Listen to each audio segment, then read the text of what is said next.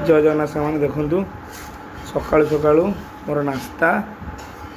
देसी पिठा आउ ये तार पिठा बनाऊँगी सकाळु मु आंब खाइबिनी सकाळु आंब खाइबिनी ताए तो आलू भर्ता आलू बघरा होती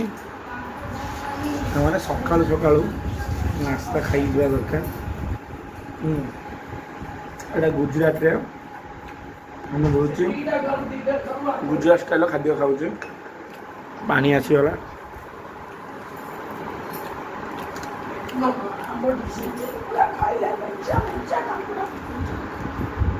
केमी गोटे देवन जमा हाँ खाली देले शला मैंने देह कण होगा गोटे खाली कामुड़ी देती फोपाड़ी कुआड़े छाटिल बाट नहीं विष जिन दौन सब आंब दे देते मामी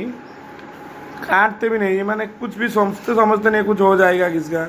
उसको काट के देखना उसमें क्या हुआ है कीड़ा हुआ है नहीं हुआ है ये लोग का बुरा चिंता ये क्या हुआ है पाँच गया है नहीं मैं नहीं खाऊंगा इसमें बैक्टीरिया हो जाता है थोड़ा ये होने से नहीं लेके जाओ मैं नहीं खाऊंगा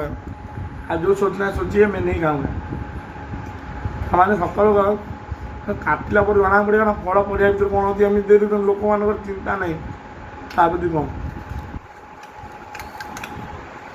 माँ काटला पर जना पड़ा पोक